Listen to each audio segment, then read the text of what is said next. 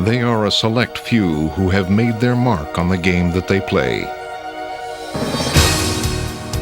A special group of players who have risen to the top of their sport on a world stage, possessing all the qualities that you would want in a basketball player.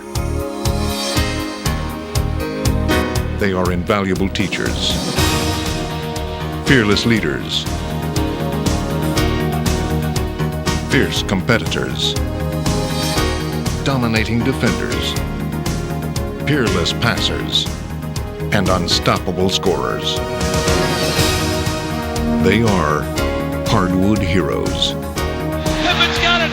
Oh, listen to the crowd! Oh, what a shot by Reggie Miller! Oh, baby! Rebound, Stockton! Ahead, the Carvalho! He's got it! He scores! Oh, boy! Oh, have mercy! John Stockton sends the Utah Jazz to the NBA Finals!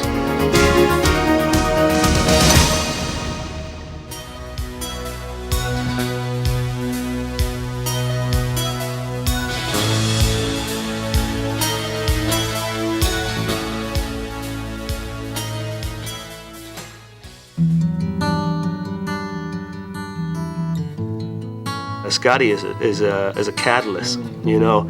I mean, he's the one guy that could go 2 for 10 and yet have a tremendous impact on the game.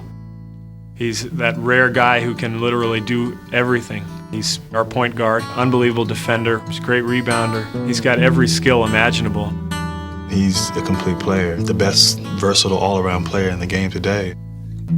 An unheralded college player from tiny central Arkansas, Scottie Pippen worked long and hard to earn such accolades.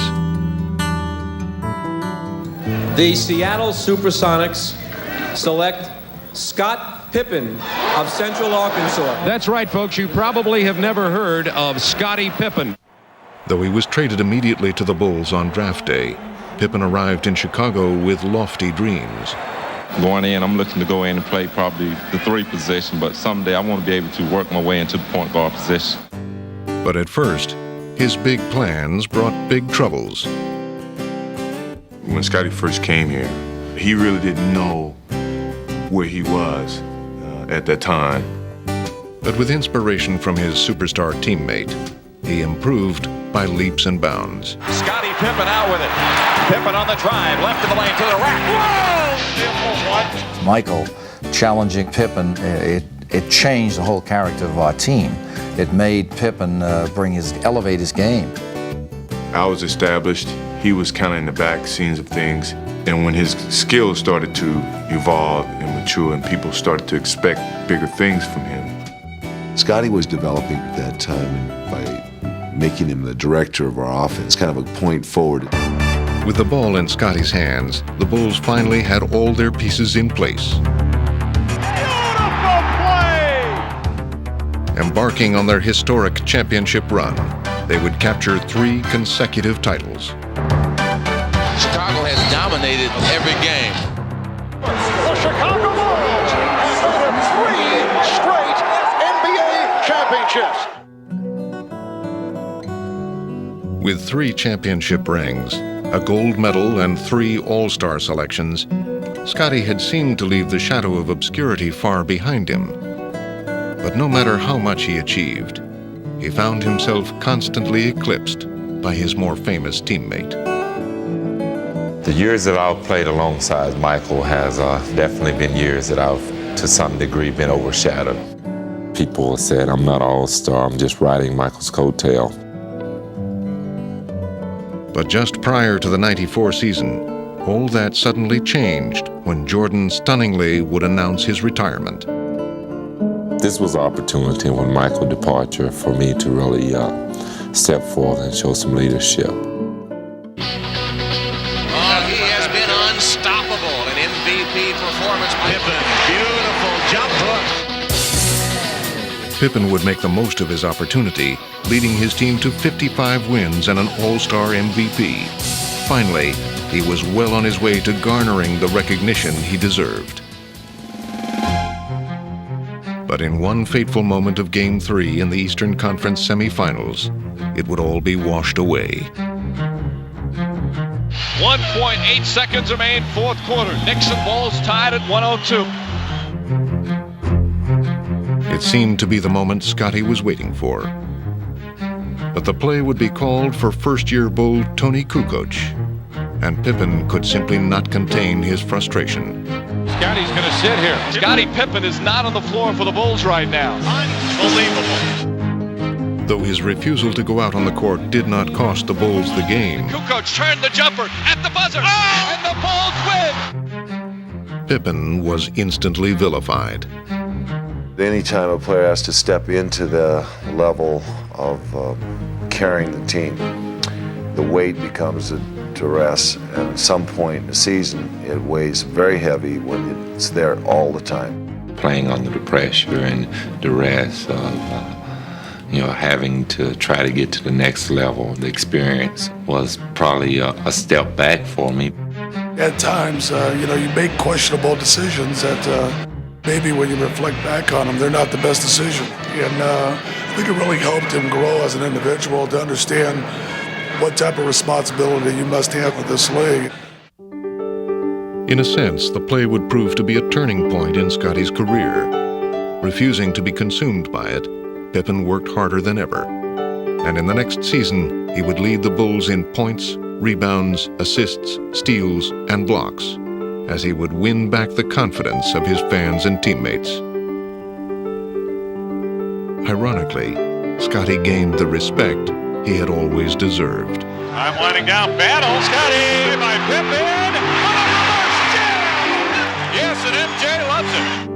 And when I walked away for the game for 2 years, he was exposed to what I had to deal with, and he didn't have a shield anymore. But Scottie flourished individually. He became more of a mature player. And even Michael's return to the game did not diminish Scottie's newfound status.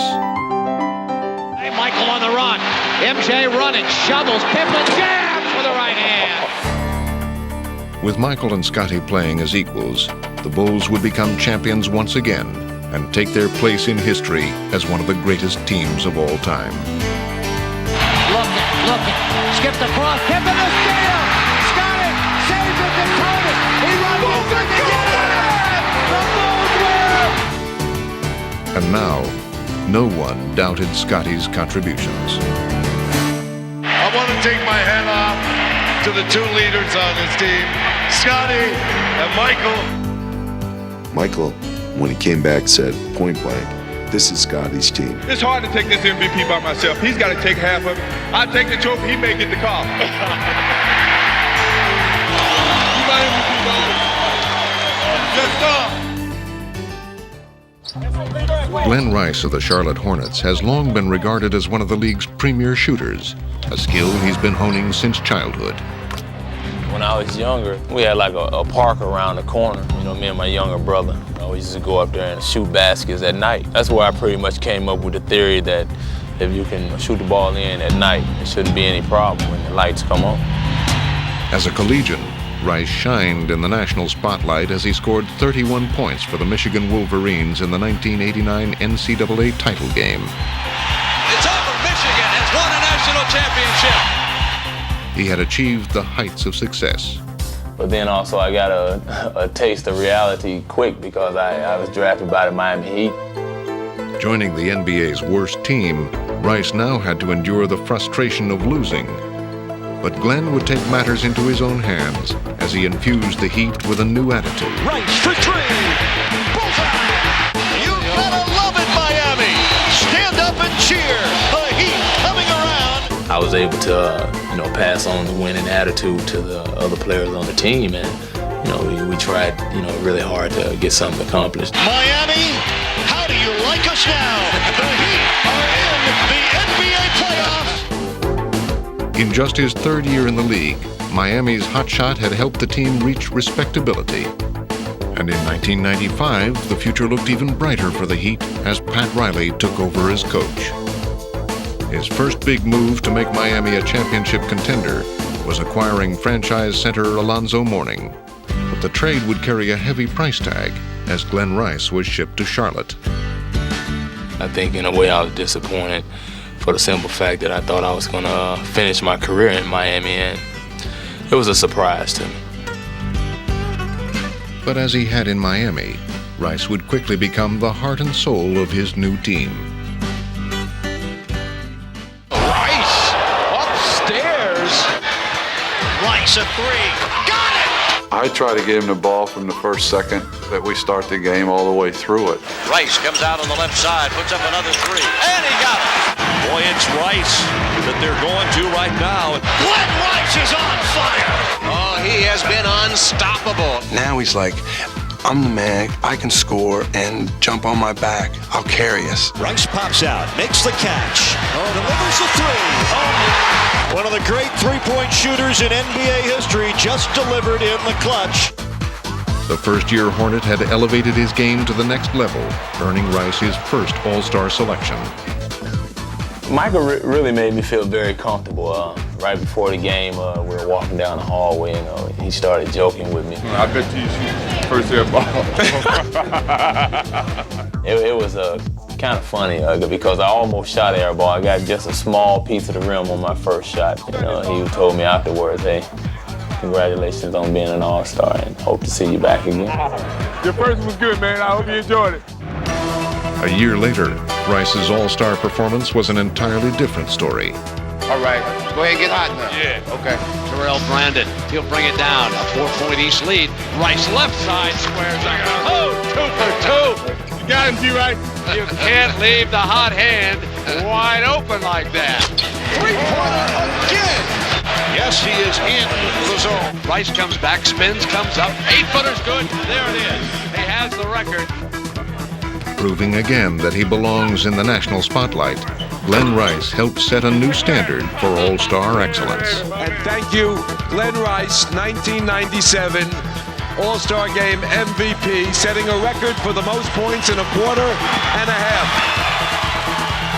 Few can match the shooting prowess of Glen Rice, but Reggie Miller, the sharpshooting guard from the Indiana Pacers, is certainly one of them.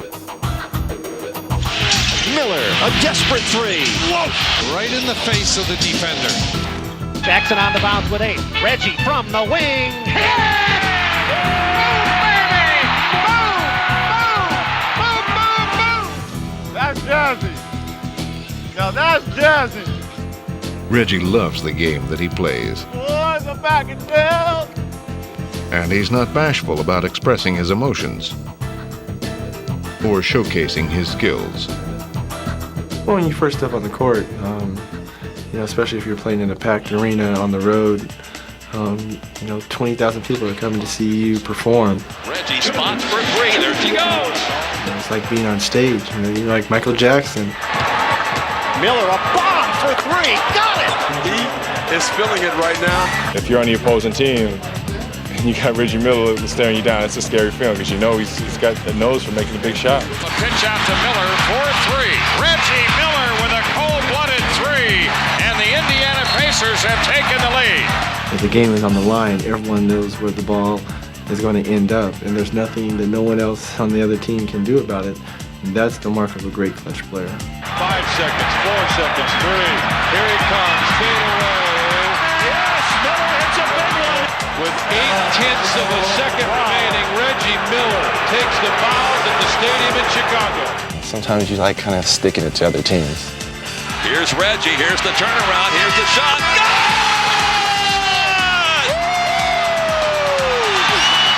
Oh, my! As dangerous a sharpshooter as Reggie has been in the regular season, he has been absolutely deadly in the playoffs. He calls it Miller time. Miller to the ball! Reggie Miller! My goodness! No team has been more of a Miller target than the Knicks. In 1994, New York thought they were out of his range in Game 5 of the Eastern Conference Finals. Little did they know, there is no such thing. Well, I took my first shot in the fourth quarter, and it was a 3, and it was pretty contested, and it went in. I came back down on the next possession and hit another 3, and that's when I started to feel kind of good. And that Knick lead has been trimmed to 8. It seemed like the bucket started to open up a little bit more. Here's Miller, swings away, and hits. Reggie Miller is on fire. Miller fires up a long three. It's good. Oh. Reggie Miller from way downtown. And the Pacers go up by 3. Sitting on the bench, you found yourself being a spectator. He just got to the point where he made shots. Reggie Miller hits another 3. An emphatic display of long-range bombing by Miller. I just feel fortunate I was there to watch it. Just an astounding shooting exhibition being put on by Reggie Miller. When it was over, Miller had tormented the Madison Square Garden crowd with 25 fourth-quarter points. The combatants would meet again under similar circumstances in New York 1 year later, and this time, Reggie struck more suddenly as he single-handedly erased a seemingly insurmountable deficit. 105-99, 18.7 seconds left. Miller for 3, and he got it. Reggie Miller with a clutch tray, and it's 105-102. And a steal. Miller retreats to the three-point line and hits again. Reggie Miller has tied the game with 13 seconds remaining. To get a steal and have Reggie have the presence of mind to step back and shoot another 3 blew my mind. And then to have an opportunity to win it in regulation when we were 6 down with 18 seconds to go was something that I totally didn't expect. Unbelievable! Unbelievable! One of the most remarkable comebacks in all of basketball. It was pretty wild in there. How appropriate is it that Reggie's new coach can appreciate his uncanny knack for making clutch baskets? Okay? Come on, guys. Big time here. Let's go.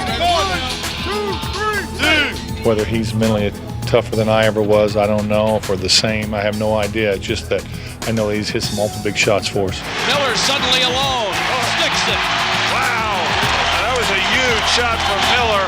Knowing that I want the ball in my hands as much as possible, especially in a late game situation, that kind of takes the pressure off him. So you can just say, okay, we're going to drop this play and get the ball to Reggie. Like he used to say in the Celtics, okay, draw the play up and get the ball to me and we'll all go home. Miller has a good look at it. Miller wins it for Indiana. And he waves goodbye to the Suns bench. While Miller can end a game with his lethal shooting, there is another breed of player that dominates in a different way. Here's a steal by Gary Payton. Defense leading to offense. Seattle's main weapon. The best part of basketball for me is getting out there, guarding somebody, and making them fear me.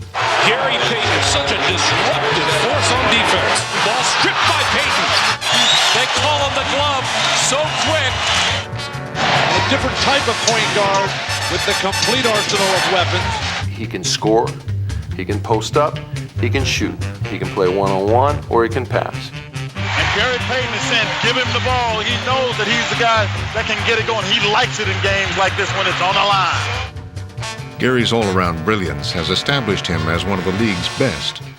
But there was a time when his commanding performances were not so commonplace. Drafted second overall in 1990, there were high expectations, especially from himself.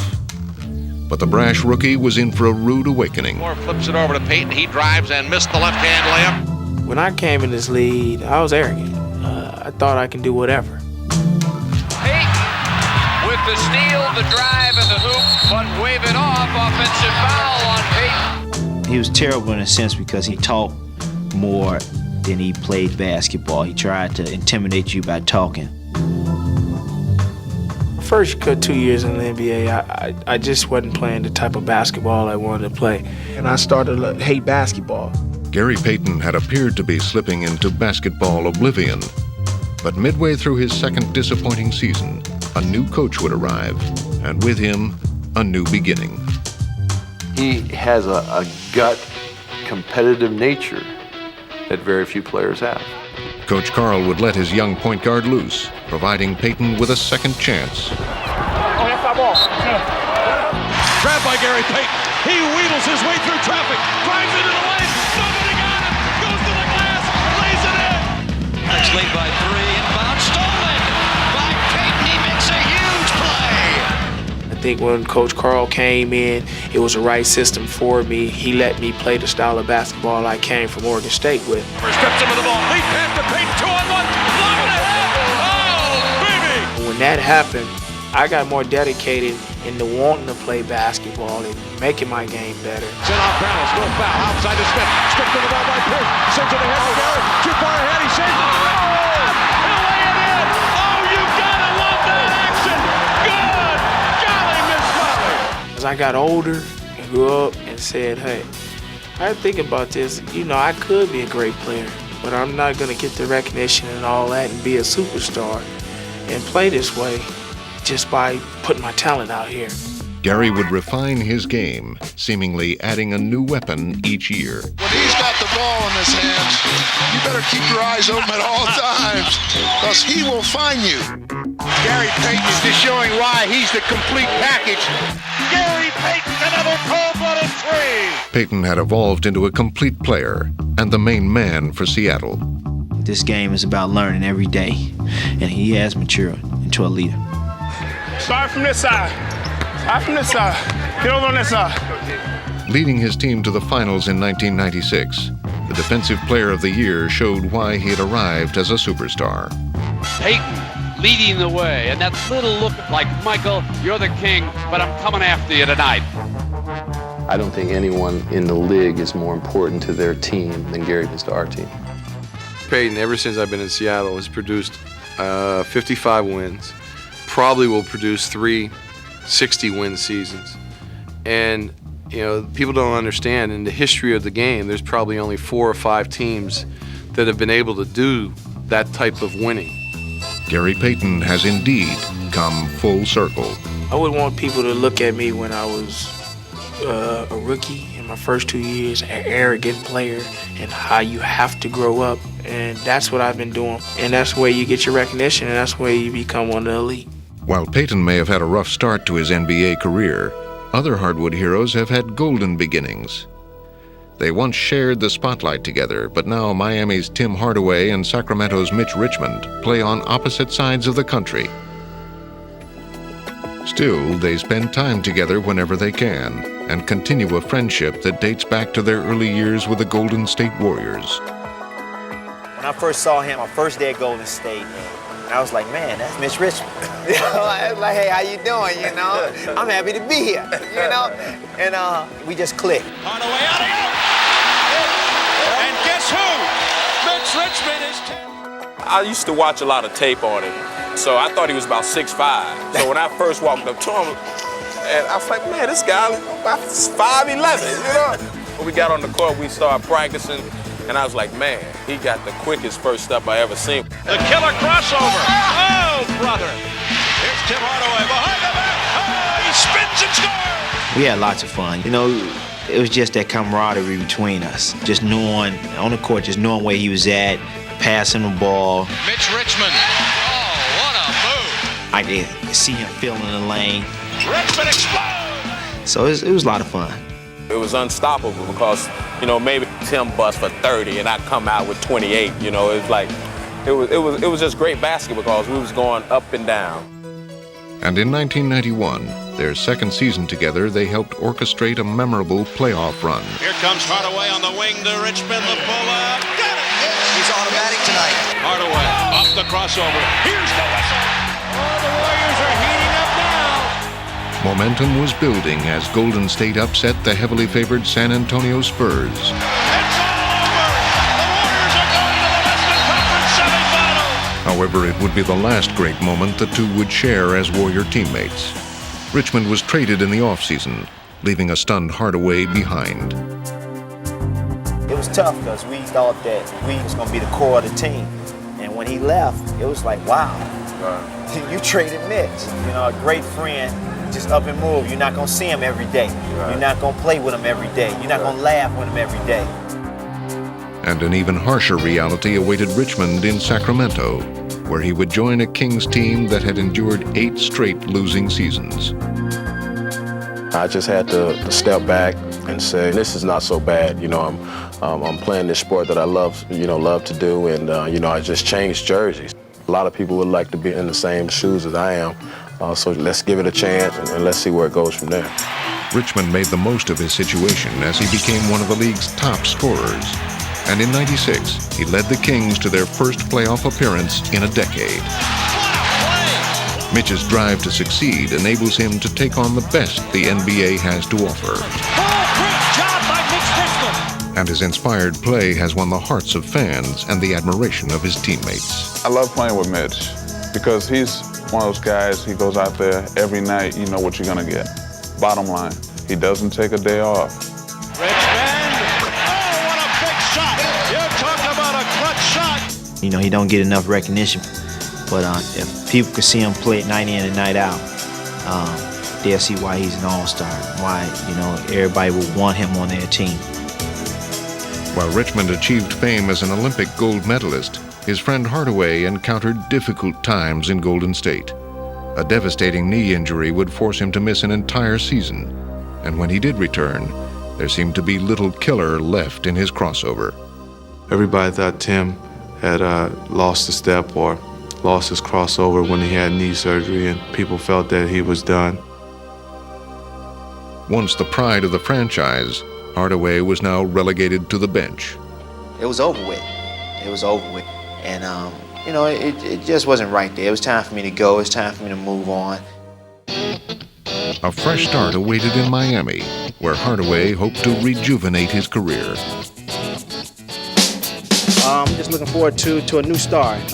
Coming out here, just playing, first of all. Making the most of the opportunity, Tim was revitalized, and opponents were soon faced with a reminder of the past. Hardaway still outside the arc of the dribble, inside of 10, pull up three, under pressure, good. Oh, what a cold-blooded three. Oh, Tim Hardaway, they can't stop him. Oh, that's great basketball. Confidence always was there. I never lost my confidence. Hardaway on the spin. Hardaway! Oh, my. Tim Hardaway, you are unbelievable, my man. Timmy thinks he's the best player on the court. You know, he thinks he's the best player on the court. When the guy thinks that way, in my eyes, my heart gotta go out to him. Hardaway, length of the floor, running jumper, oh my! How many times is this guy going to perform at that level? He is unbelievable! I've been through a lot, so I'm just happy to be in the situation I'm in. And I'm very happy to say, you know, that I'm having fun. See, this is what I used to do to Mitch.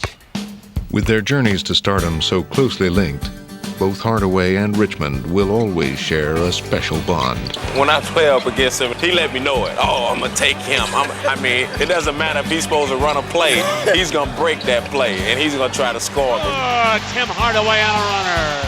You know, he's always trying to score. It goes the same way. I switch on him. Oh, I got a little one. I got a little one. And if he score on me, I'm going to hear about it. We both compete on the court, so I don't think we take friendship in the hand at that point in time. But when the game is over, you know, we acknowledge each other. So. Just go back to being friends, yeah. You know? Yeah.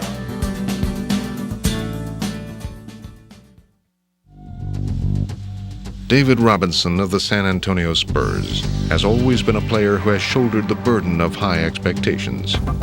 In college, at the Naval Academy, he single-handedly led an unknown Navy team to national prominence.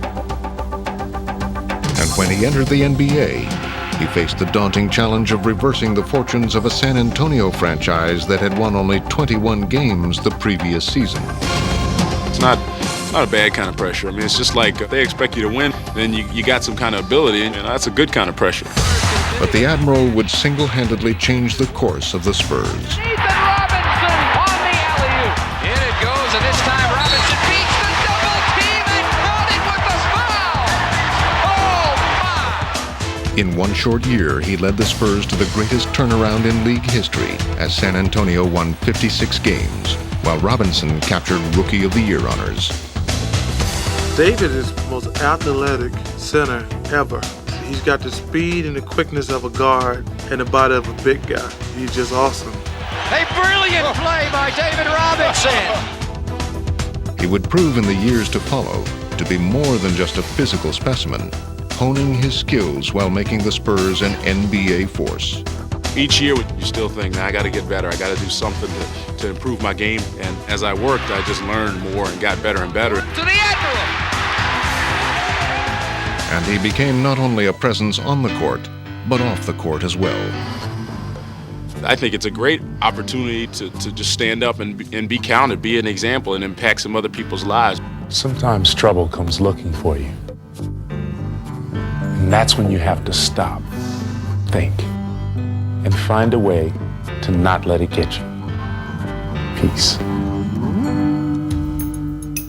By 1995, Robinson was now one of the league's most popular personalities and top players, and he would lead the Spurs to their best record ever while gaining the league's highest honor. David Robinson represents for us the commitment to team, to principle, and to community. Congratulations, David Robinson, 1995 NBA MVP. But instead of a storybook ending, the Spurs found themselves eliminated in the playoffs by the Houston Rockets and Robinson's chief rival, Hakeem Olajuwon. Robinson is saying, what must I do? That hurt a lot because I felt like I didn't play up to my potential in that series, and I'm the leader, and I felt like I wanted to really take these guys and pick us up and go to the next level. And as great a year as it was for our team, and as great a year as it was for me as an individual, it still showed me that I got a lot of room to improve and get better. And for a change, his hard work didn't yield instant results. First, the Spurs were knocked out of the playoffs the following season. And then, to add injury to insult, the Admiral was stricken with a career-threatening back injury. For a full season, he watched the Spurs sink to the depths of the league, winning only 20 games without him. Dave Robinson, I can't describe what he means to our basketball team. He helps everybody out emotionally, spiritually, and he's missed in a lot of areas more so than just basketball. Nobody's worked harder and nobody deserves us more than we do. So let's go out there and take it from them. Go. As he always has, Robinson responded with an unwavering determination. Fighting his way back from the injury, he would once again take the Spurs on his shoulders and lead them to another dramatic turnaround. Now get it to Robinson. He can win it. Count it. The Spurs win it at the buzzer. With San Antonio once again considered one of the NBA's elite teams, David has renewed his quest for the ultimate goal. You strive to be the best, and the one main challenge for me is being able to step through and win the championship. That's where my heart is set. And as Robinson strives for the NBA's ultimate prize, he knows that his destiny lies in his own hands, and his approach to the game and to life will never change. In Detroit, another classy veteran has been carrying the mantle for his team for 13 years. The Pistons' Joe Dumars. The team morale leader. He is the heart of this ball club. In the mid-'80s, the Pistons were looking to forge a new identity, and Joe Dumars would help provide one. What they needed was some young energy. They needed some defensive presence, and that's what I tried to bring when I first got here. And he would do just that. Swipe by Dumars. Trying to drive him. He does, and he hits it. Magic again, posting up. Great defensive play by Dumars. With Joe spearheading the Pistons' airtight defense, Detroit would develop a reputation as the league's toughest team. Swarming defense, they just don't stop coming at you. In a few short years, they had become one of the best teams in the NBA. Who are these guys? They're championship contenders. The quest for a championship was nearing completion, and Dumars would see to it that the Pistons would win their first title as he dominated the Lakers in the 1989 finals. He can do no wrong. It is Dumars' domain tonight at the Palace. Came out and he showed us what Joe Dumars is all about. Dumars was no longer the best player you never heard of. His finals MVP performance had thrust him into the spotlight. Dumars does nothing but put the cap on a tremendous performance. There's absolutely no feeling that I can even explain to you. The night we beat the Lakers, it's like an out-of-body experience. It was an absolutely awesome feeling. Joe recaptured that feeling the next year as he helped the Pistons shake off a talented Portland team. And he filled it up. Is that a huge hoop or what? Well, they better go back to the blackboard on Dumars. When Detroit was winning the championship, I thought he was a cornerstone of that team because he did so many things to make them better. Still champions of the world. The Pistons repeat. In those championship seasons, Dumars was woven into the Pistons' team-oriented philosophy. But Joe was in for a change. He would now have the sole responsibility of keeping Detroit competitive. As one by one, his teammates left him.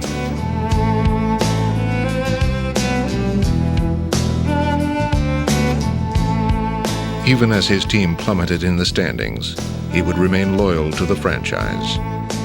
I don't think you define yourself as a true professional only by your winning. I think you define yourself as a true professional by how you handle adversity. But if you're truly going to be someone who calls himself a champion, you have to persevere through those times, and that's what I did.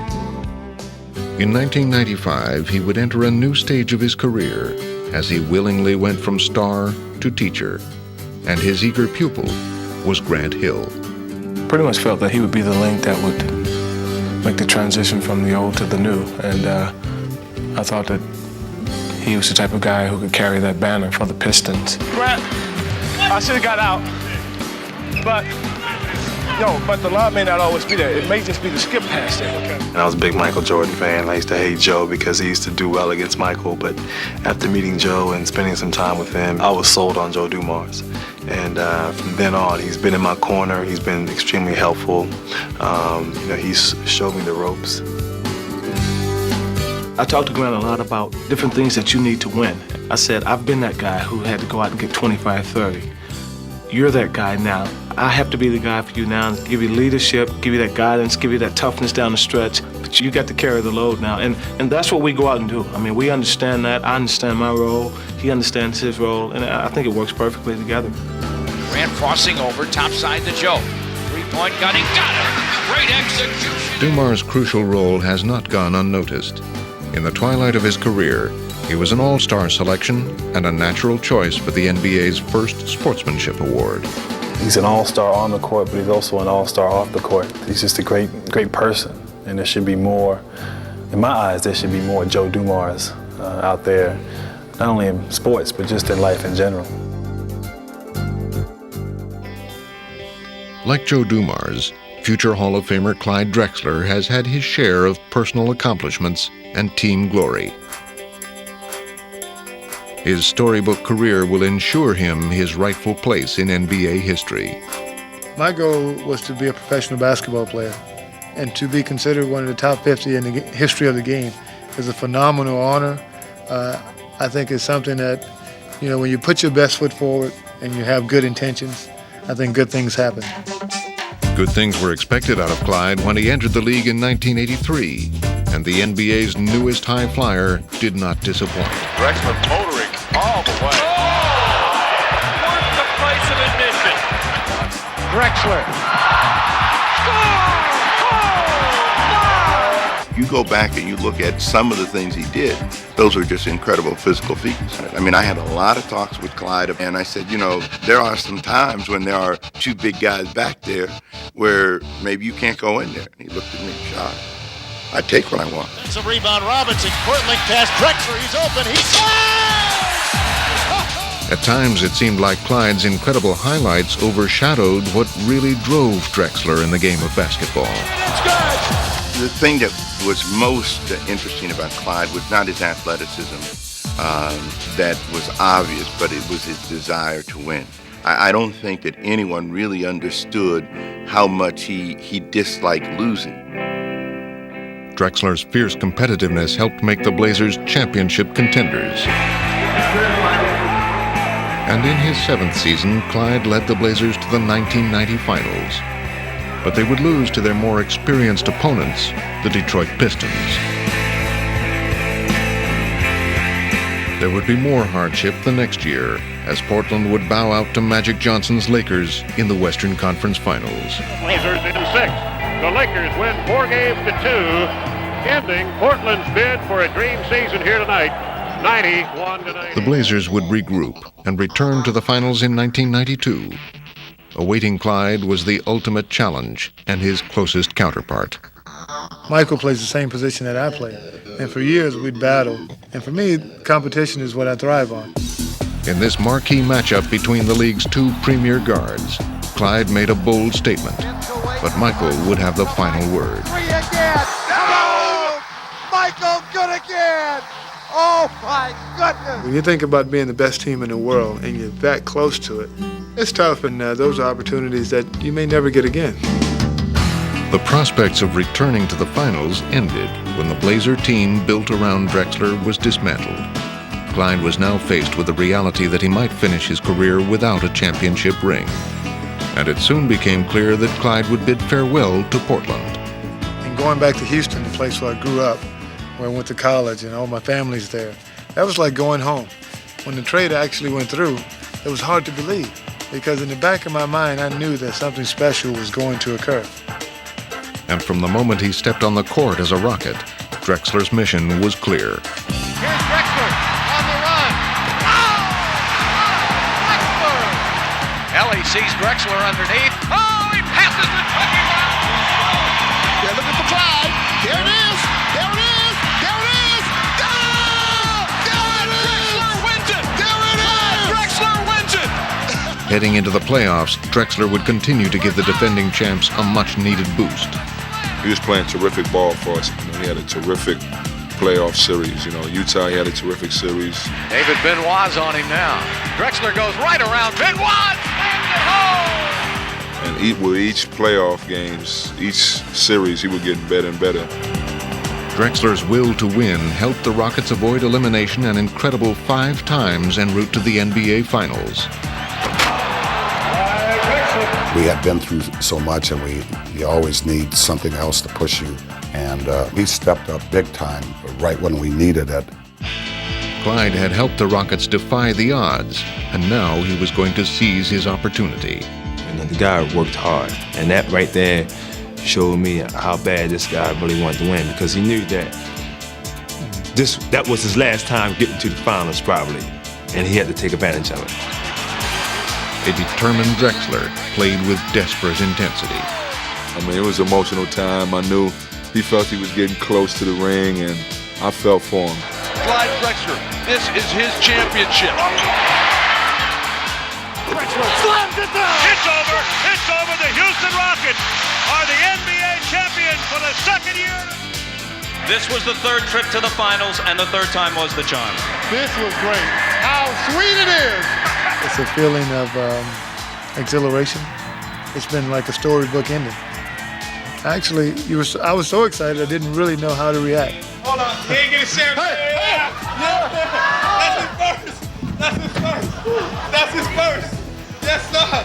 His first. Okay. I had to come get you. Time and patience have rewarded Drexler and put him on the mantle that he belongs on in terms of being a great ambassador for the sport, a great talent, and a champion. Often, just reaching the finals is the ultimate goal for many players. Unbelievable! John Stockton! John Stockton! It's over! The Jazz win it! We're on our way to the World Championship! But for John Stockton and Karl Malone, it's just one achievement in the long list of many.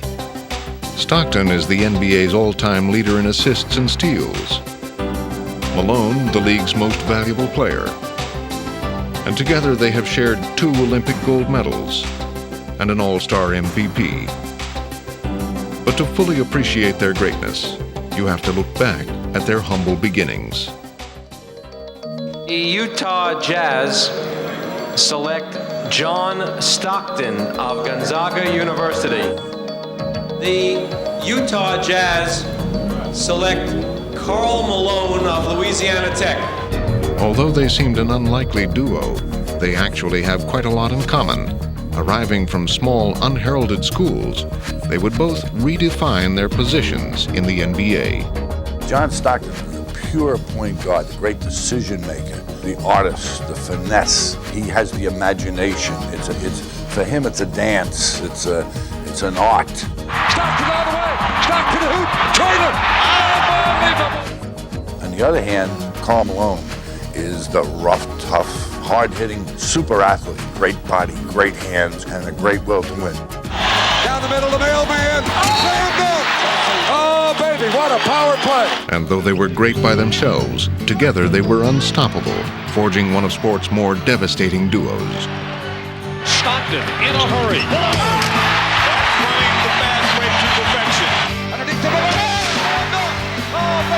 Play by Stockton. Stolen by Stockton. Stock everywhere. John front court left. Trailer to Malone. He's there. Oh, baby. You throw crazy passes and he catches them. People say, wow, he must know what he's thinking. Stock down the middle. Lights out Malone. He's there. The mailman. We're sort of Siamese twins, so to speak. Stockton. Trailer Malone. Oh, they've done that a time or two. Those two guys, Stockton and Malone, they've connected. They've connected here. It's nothing better than that when you can step on the floor and you don't have to say a word to a guy. Those two men really have ESP on the basketball floor. I don't think any other two players on the same team have connected like these guys have. And not only do they share an enduring bond, but also a common philosophy. I look at us every night as warriors, and we're going out to fight a battle. There's no doubt in my mind what he's thinking. And I don't think it's any doubt in his mind what I'm thinking when we get on that court, and that's to win. No good. Rebound, Stockton. Ahead to Carvalho. He's got it. Stockton to Malone. He scores. Incredible. Though a title has eluded them, what is perhaps more meaningful is that they've been able to take the journey together. A lot of things have happened with the two of us, and it's nice to experience those things with a good friend that you've put your whole life into with. We won and lost a lot of games together. We've been through a lot together, and really wouldn't change anything. That's a dynamic duo again of Stockton and Malone. And as a result, they've developed a relationship they will treasure for the rest of their lives. When we're gone from this game of basketball, I think when you mention one, you're going to mention the other one. And if we happen to go to the Hall of Fame one day, they probably try to get us both there together. And I think it's great. I hope that whatever happens to us after we're done playing, I hope that there's a lot of times for Stockton-Malone combination to get together again.